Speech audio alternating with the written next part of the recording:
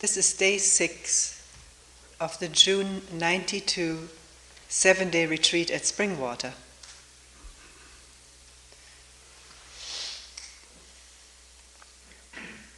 We will go on where we left off yesterday with a new voice. Can you say something about sending energies, healing energies to others?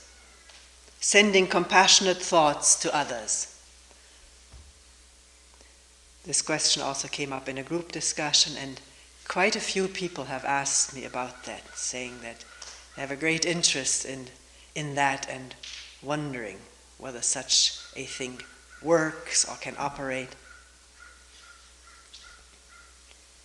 Maybe before saying something myself, I'll read what a note somebody put on my chair after yesterday's talk. Of what use is an act of goodness done in a self-conscious way, by which I mean in accordance to a code or system of beliefs? For example, you help someone in need or give to the poor in large part because your religion teaches that this is good, and then, if only a little bit, you bask in the gratitude and acknowledgement of others. Even if the doing or giving is anonymous, one can bask in one's own feelings of having done good. What good to anyone is a good, in quotation marks, action, if it is a kind of learned reflex and does not come from knowing and seeing that there is no self and other? This matter has always greatly perplexed me.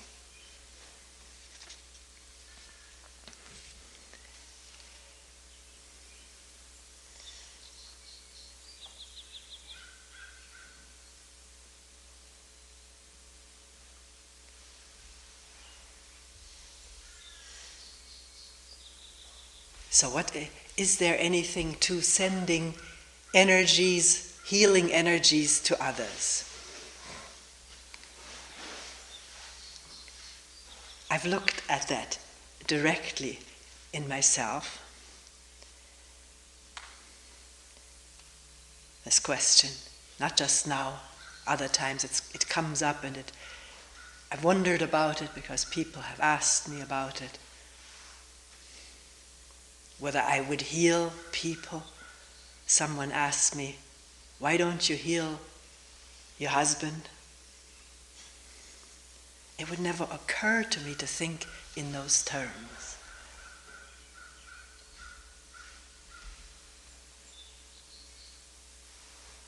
Because looking inwardly, when there is energy,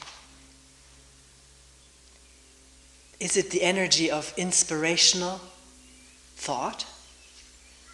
Or, as this writer says, the inspiration of the image of being somebody good that can create energy?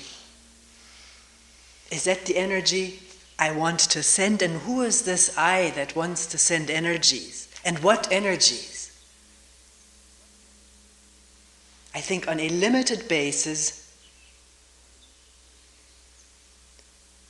I don't know what the limitations of this are. The I can generate energies. The idea of helping someone, healing someone, or maybe some capacities to heal. Intuitive feeling for others, needs. But what is the energy that I send? And to me, there is something incoherent in it, something fractured. Me and my energies. That I, in sitting here right now, if I were to send energies to someone, I would have to think of that person and of me as being here at a distance. Because maybe one doesn't think of distance, but if there is no distance, I don't have to send anything. And an energy that is not aroused by thought about other or self or goodness or healing, but is there when these thoughts are quiescent, has nowhere to go. It's there. It's tappable by anyone. And it is not a personal property or possession. That's the amazing revelation. When the I network is quiet, or reasonably quiet, it takes its place in this whole universe of happenings, doesn't occupy center stage, then there may be an energy that is not of the I, not of thought, not of reward or goodness or badness. It's not of the opposites. And that is not felt or thought of as mine to be manipulated to send to you. We may all partake in it, which is a wondrous thing, not explainable.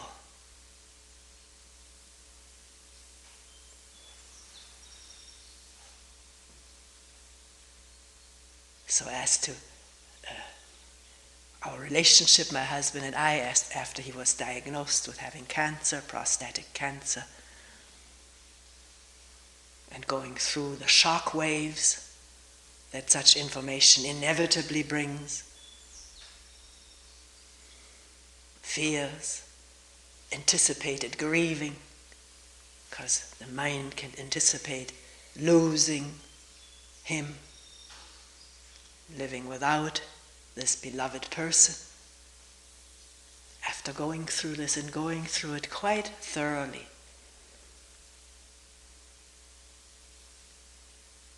one begins to savor time together in a new way. Time of walking, time of eating together, maybe on this porch of our new house with a marvelous view over the valley, a vast sky above us, and the joy of being together, not joyful all the time. There come irritations with each other's idiosyncrasies. They come and go. But not to be overwhelmed by the thought of having something. That's one thing Kyle said, I don't like to say I have this. There are cancerous cells in the body. But it feels quite different putting it this way than saying, I have this. And now as there seems to be a remission, there's of course a tremendous relief. But to live together joyfully at times, and enjoying what's there, the beauty of a hillside, of a walk through the woods, with no thought of living or dying, just being there with everything. Is that healing energy?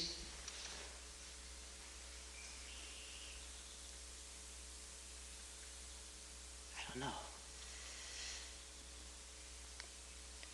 Some healing obviously has taken place, but that it is not taking place in someone else, who knows what the reasons are. And it may take place tomorrow. Or healing may not be of the body, but of this whole mind not feeling so separate and isolated and stigmatized. I know there are meditation practices of sending healing thoughts or compassionate thoughts to others. I've looked at it, I'm often asked about it. Sometimes people just tell me about it, that of their efficacy and beauty. And if this is what someone does, I'm no one to discourage or even question it, unless somebody wants to question it with me. But as I see it with compassion, it's the same as with this energy. It is not owned by anyone. It is something that miraculously is there at times, but one knows not how, and maybe in doing something quote unquote compassionate, is one aware one is doing something compassionate? Or is compassionate operating not self-consciously, unself-consciously?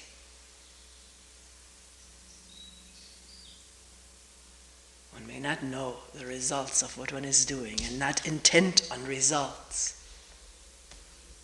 And maybe compassion is operating because there's no antagonism, no division between us.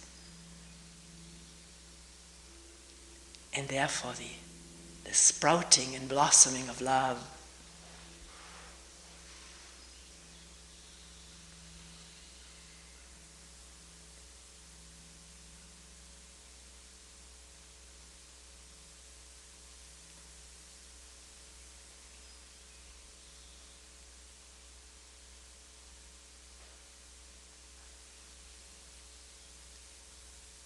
People have told me of praying for others and the efficacy of that, and having had proof that it has worked, experiments that people who pray live longer than those who don't, or have been prayed for.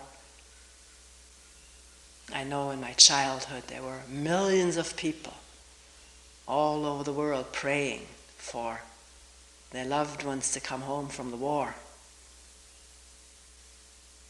or the concentration camps. Did it happen?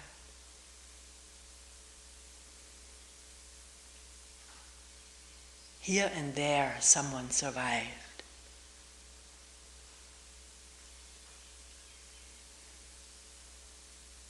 But we're still going on with warring and praying to our respective gods to bless this war and bring our soldiers back, or at least aid them in combating and defeating the other.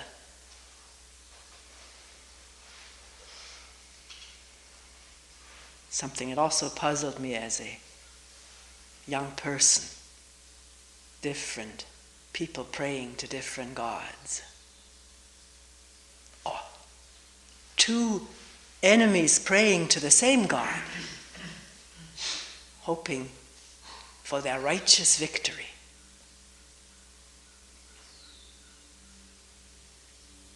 I always wondered, how does God figure out who's right?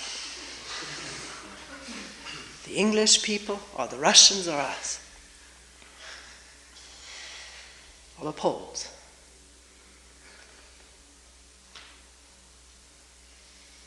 Must have been a terrible time for God.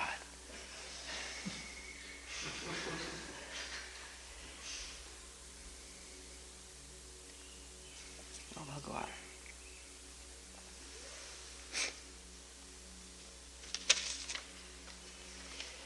Do we need precepts to live with each other in a moral and ethical way? Or don't we need, I don't know quite how it was put, do or don't we need precepts to live with each other morally, ethically?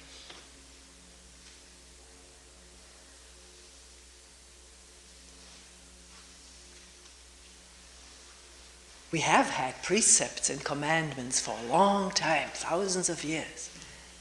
Do they make us live morally and ethically with each other?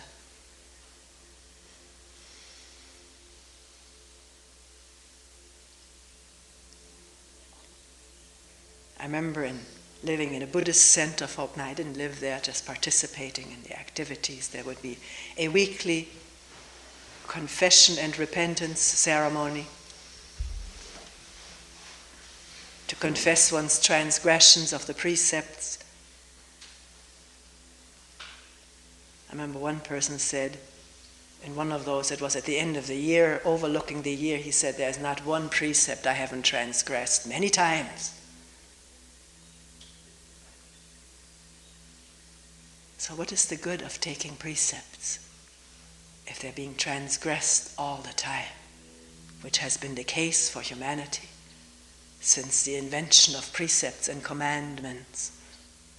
Also used to really frighten me, reading in my little Bible storybook, God punishing the Jewish people for that, again having transgressed something.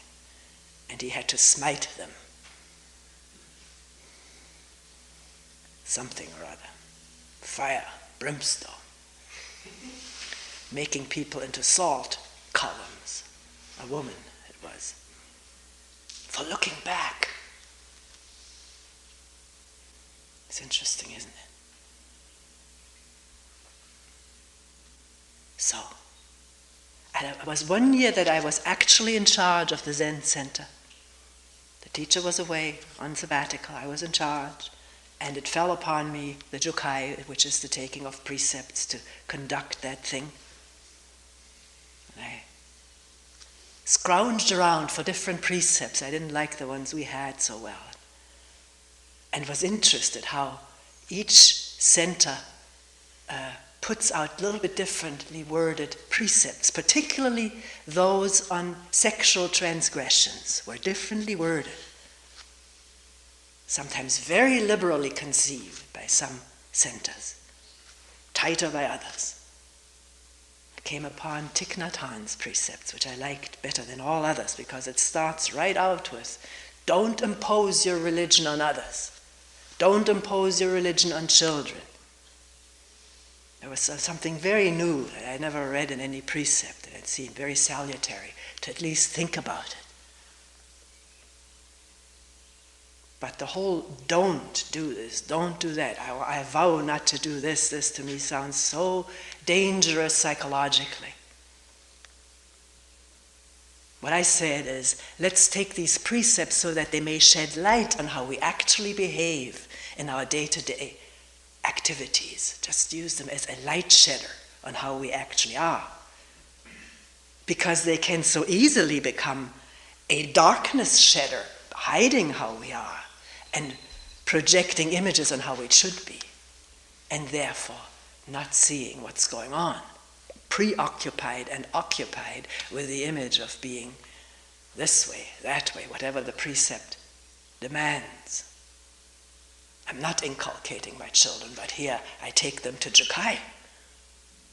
Let them light incense or whatever all happens. So to use precepts to see something about oneself is one thing. But since we've been little, been under the programmatic influence of don't do this, don't do that, this is bad, you'll be punished for this. If you say this, repeat it, and everybody else repeats it with you, I vow not to do this, I vow not to be angry, we said it at center. Can you imagine?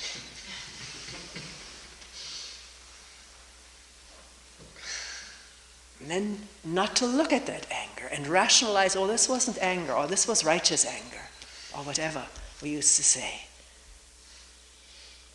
I'm not saying everybody wasn't looking. Maybe somebody did. But to look, you need to be as free from imagery as possible, as free from fear of punishment and retribution. Because the fear of retribution makes the child lie, starts that early. If a child is not afraid of punishment or retribution, why should she or he lie and say, I didn't do it?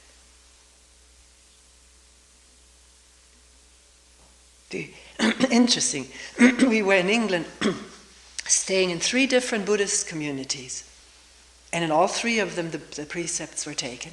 And in all 3 of them, we were asked, what do you do in your Springwater Center? What precepts do you have? And we were scratching our heads.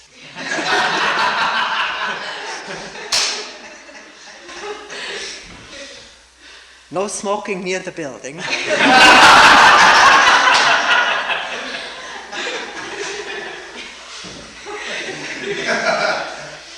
If you go far enough, you can do it.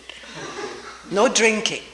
But not that we forbid it as an immoral act. It's up to each one to find out what drinking does, but we are very insurance and liability insurance conscious here. And we've been told variously that if somebody drinks here at a picnic, that's what was the big debate. Some people wanted to bring a 6-pack to a picnic. And for a while we allowed it, and then we were made aware that if somebody who has partaken of that 6-pack drives on the road and hits or is hit by someone, we can be sued for being the source of the, how do you say, not inoculation, what is the word? Inebriation or whatever. Finding alcohol in the blood. So that's one thing we said no to be quiet. It's not a precept, but we stress it sometimes, put little notes on the board if it isn't quiet enough. It's not a commandment, it's something we hopefully all agree on with some understanding of the benefits of it, or of the salutariness of having it quiet and not talking. But other than that, we have no precepts here. We don't. I don't think we would have a staff if we had precepts. People would not go for that, I don't think. I neither. I'm part of staff. So how do we, that's for the next question, how do you get along with each other without that? How do we get along with each other without taking weekly precepts, as was the case in the one community where we stayed for a while? Monday morning they were read by someone. They weren't repeated, and they emphasized that we don't say them, just somebody reads them and we hear them. The only thing that Susan and I came up with in discussing this was that we do listen to each other quite carefully and lengthily if need be during our weekly staff meetings. Already during the business part, if somebody needs to repeat something or bring something up again and again or talk lengthily about it, we do listen. We don't usually have a facilitator who drives the people to get done with the business. There is an unspoken, it has evolved, agreement sort of to listen to each other, not to interrupt each other. And if somebody does interrupt, the person says, wait a minute, let me finish first. It's usually respected. The person who was eager to say something will be silent, so the person can say what he or she wishes to or needs to say. And this has never been worked out ahead of time. It is evolving as we're living together and realizing that there is something very essential to being able to say something without being interrupted, being heard, and to listening to someone. Pour out his feelings or anger or resentment or suggestions.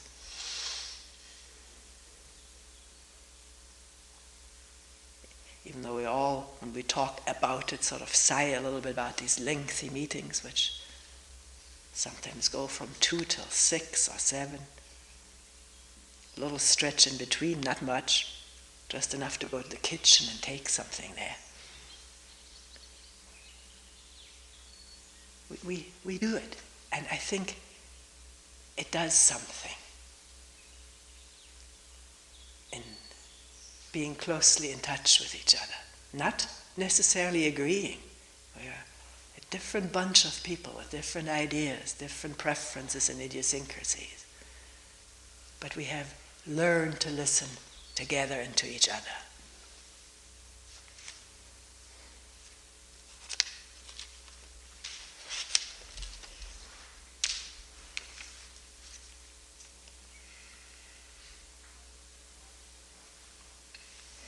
I find it so helpful not to have to interact with people on a retreat by either eye contact or talking. This enables me to see in myself how at times paranoid I may be about others, maybe thinking that they're talking about me or laughing at me. I'm discovering that even if it is true that they don't like me, even if it were true, that's how I thought, the person said. I thought, well, what if it is true that they don't like me? I realized it's only referring to an image they have of me, not to me. This discovery was a tremendous relief. I don't think this could have happened if there was direct interaction with each other. which is always difficult for me, direct interaction with people. I'm very shy, the person said. I also realize that I can open up to people in the quietness and silence of a retreat, which is not usually possible to me in my daily life.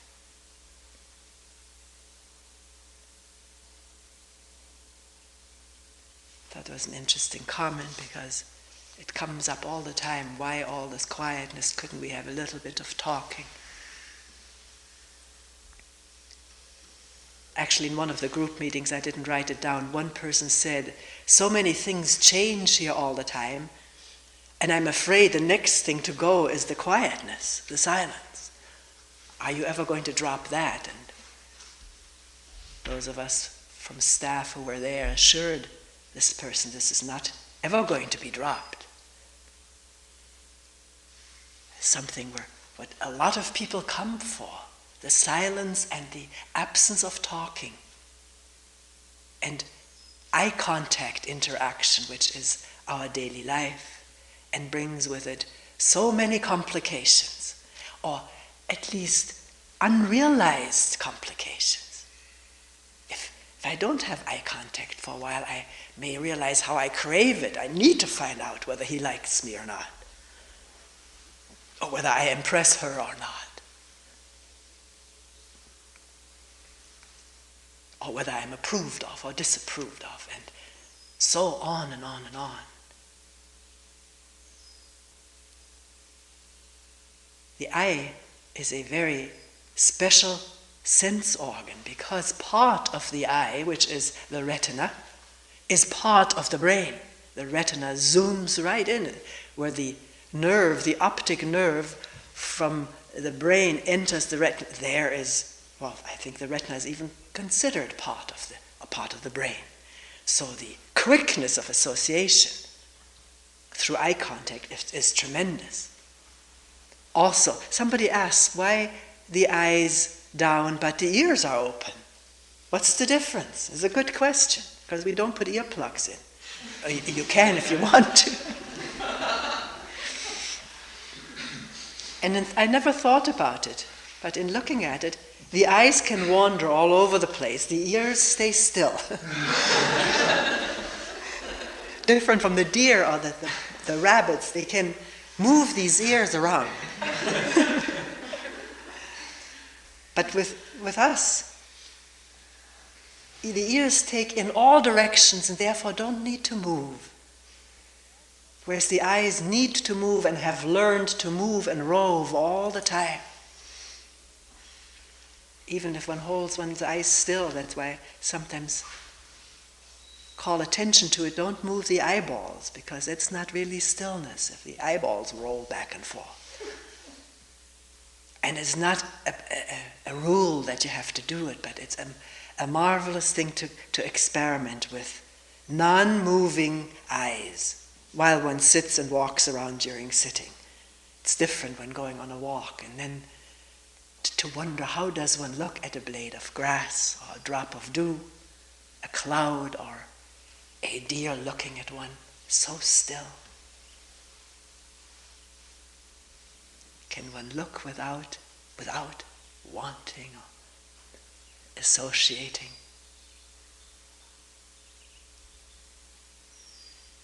It's not easy.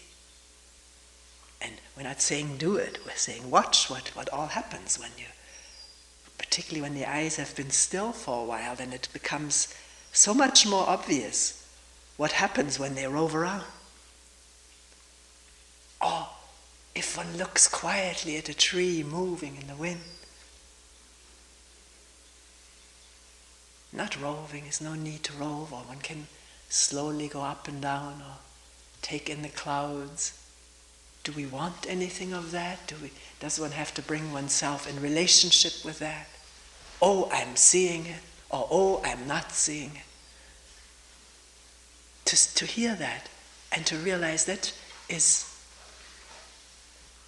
has nothing to do with this tree moving and the cloud floating.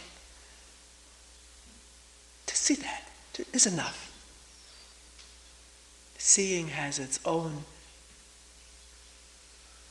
sometimes hidden wisdom.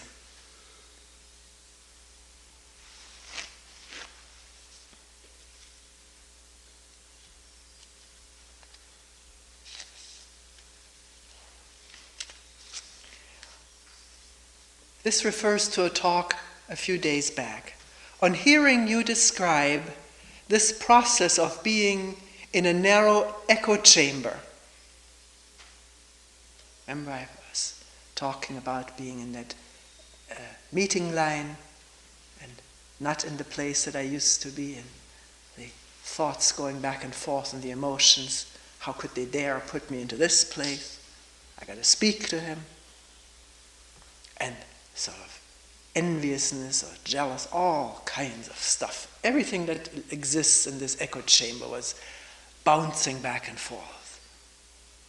On hearing you describe this process of being in a narrow echo chamber and contrasting that with a state of open, undivided awareness, my first reaction was, isn't what's going on in the echo chamber worth working on?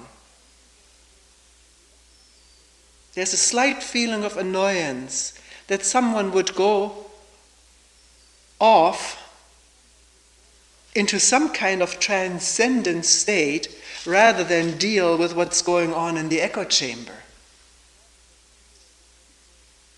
Meaning our ambitions, our anger, our anxiety.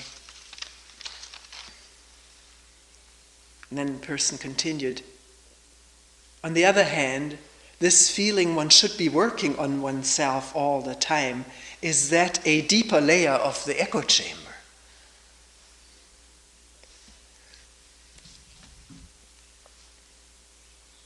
Actually, if you recall, and if I recall properly, I do remember the incident very clearly. I don't know how clearly I put it. There was an alternation between two states. One of no concern of where I was sitting, openness. No feelings of hostility or anxiety or ambition. And then the thought about where I was sitting and all the ideas about where I should be sitting and shouldn't have, and so forth. And the echo chamber was really seen clearly for the first time, if I remember right, in my life. The narrowness of it, the caughtness, the prison-like condition, the intensity of it, the energy it generated to take some action after retreat and talk to this seating coordinator. Give him a piece of my mind. So the fact that there was an alternation between these states of an open awareness and this tight little chamber made it possible to realize how we live, how I lived, when without awareness we're always in some kind of tightness over what should happen to me or shouldn't happen to me, how the others are treating me, reacting to me, laughing at me, not taking me seriously, or they should take me more important, or thinking of how important I am because everybody seems to think so. These are all these tight, narrow channels. And without some awareness, we don't know that's how we live, that this is how we live. And so we also don't, quote unquote, work on it. We're not aware of it. It takes some spacious awareness to realize this is going on. And when that spacious awareness takes place, one sees the dead-endedness, the absurdity of living in this tight tunnel that is revealed instantly. It may come back as the awareness disappears. And at that moment, one doesn't think I must work on this. One thinks I must get a better seat next time.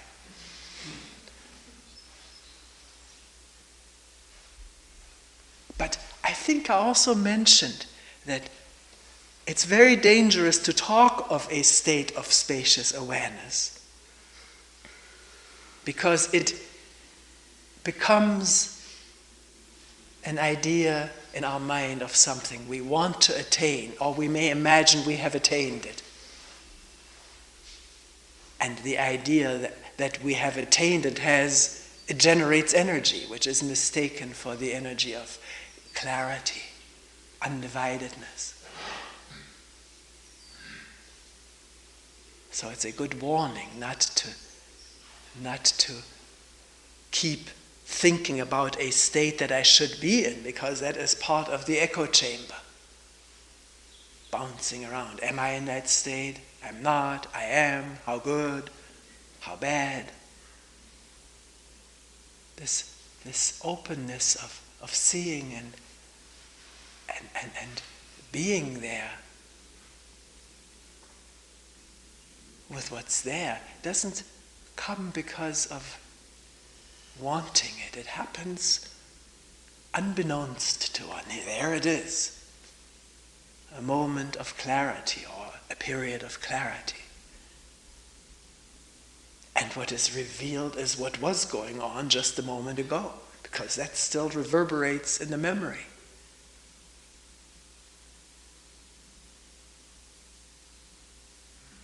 One may have forgotten the thought that caused this body to be in turmoil, but the body may still manifest turmoil at the moment that awareness dawns.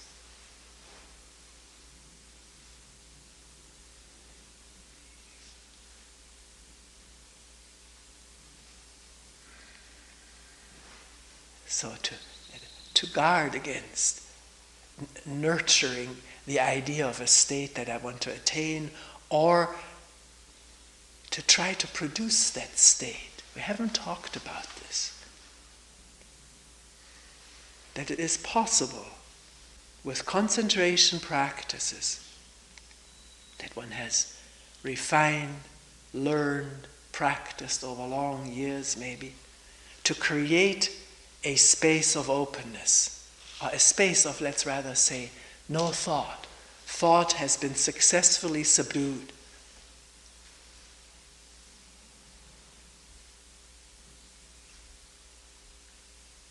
It's like, and it takes an effort.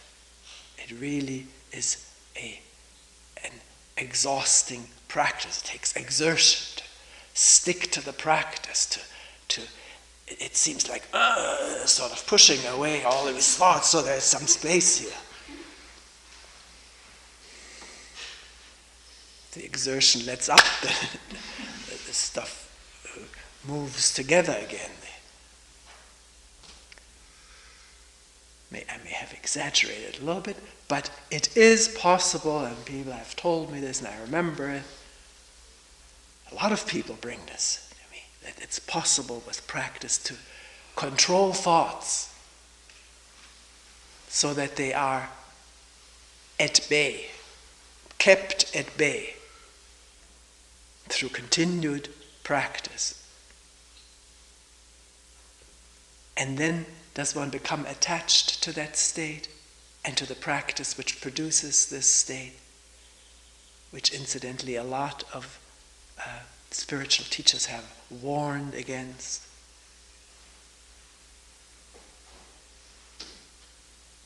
One called it the pit of pseudo-emancipation. All kinds of words which escape me. I used to know them.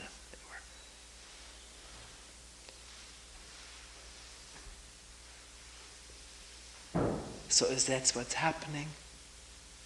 Is one willing to question it? This space and attaching to it, nurturing it, cultivating it. And out of that can come a real fear of distractions. That's what sometimes people ask us who don't have a real feeling for the quiet. Said, are you just attached to this quietness and are afraid, want to cherish and protect this treasure? And one has to look.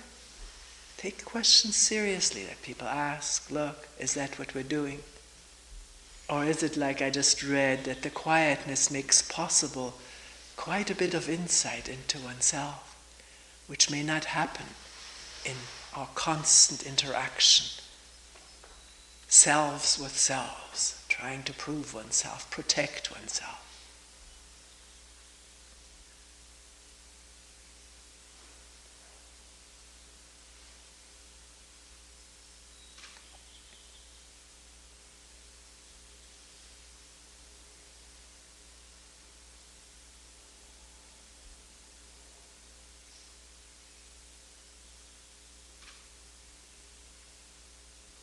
Yeah, really, there are some meditation teachers who say meditation is a solitary thing. It cannot be done in groups of people.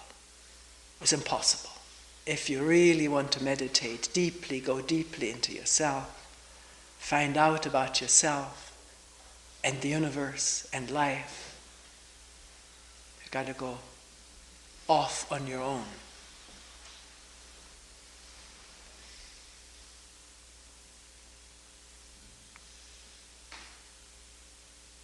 I haven't found the being together with people in this kind of setting of any hindrance because of the quiet, and not constantly looking around at other people and therefore making an interactive space, having the eyes in a relaxed way, down, open, close, however one wishes. It's no need to experiment with having the eyes open but not moving. A space is created which is solitary. It is not intruded upon by one's normal eye contact interactions, so that one can indeed be with some 50 people. Sometimes we've been here, 50 people, and yet have some feeling of solitariness by not contacting each other in our conventional ways. And after all, we human beings are social beings. Our whole evolution is not that of solitary creatures, but social beings. And one may discover, as it is happening here and there for all of us, that there is something that connects us which is beyond our divisive personalities. Divisive within one's personality and divisive with each other. By being together, not having to interact except maybe in the kitchen, there has to be some interaction during that 1 hour of work.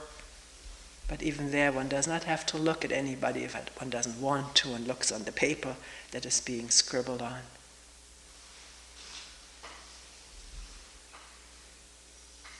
By living in this solitary space among our fellow human beings,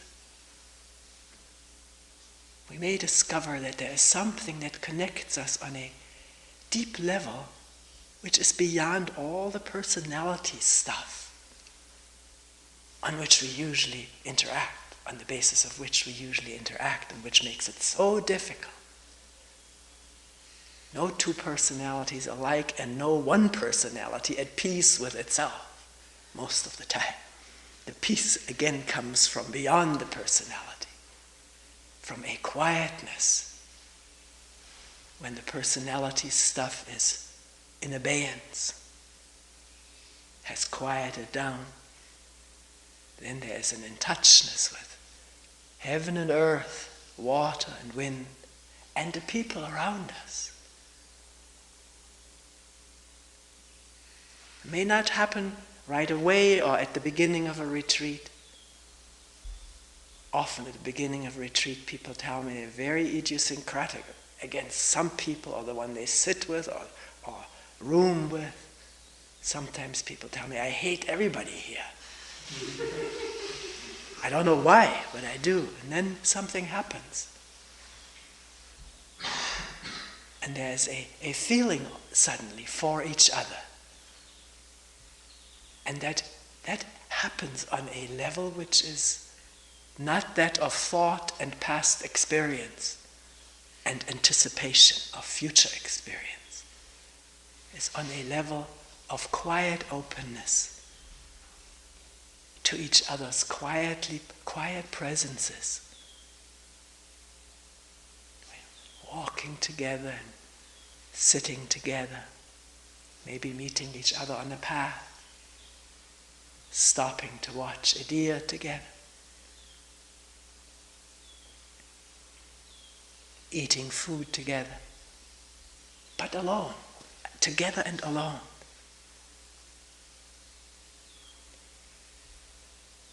One person once told me, we have this wicker thing which is called a love seat, and this man was sitting next to an older woman, and he said, I don't think if I sat on a park bench with her and knew who she was, I would have ever felt this close as I did to this woman, sitting on that chair, on that bench there, not knowing each other, not looking at each other, but sipping tea together.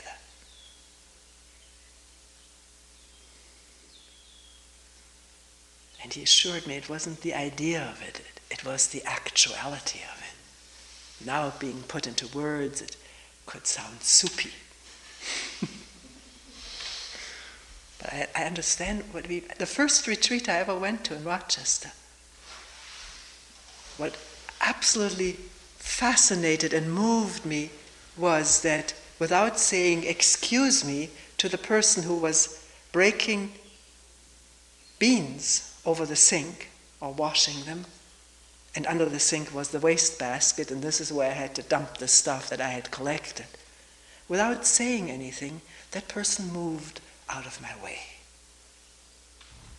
I was behind her, she didn't see me.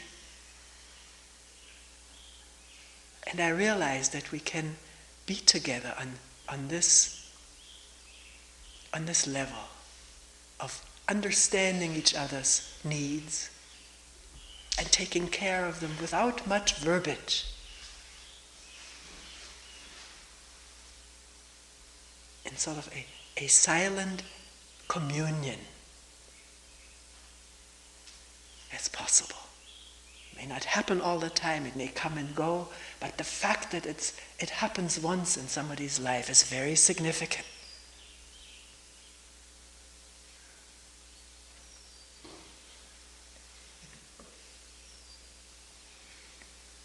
Because it is a first-hand understanding and insight that there's more in this life than our everyday conflicts and difficulties and pleasure hunting which never really satisfies.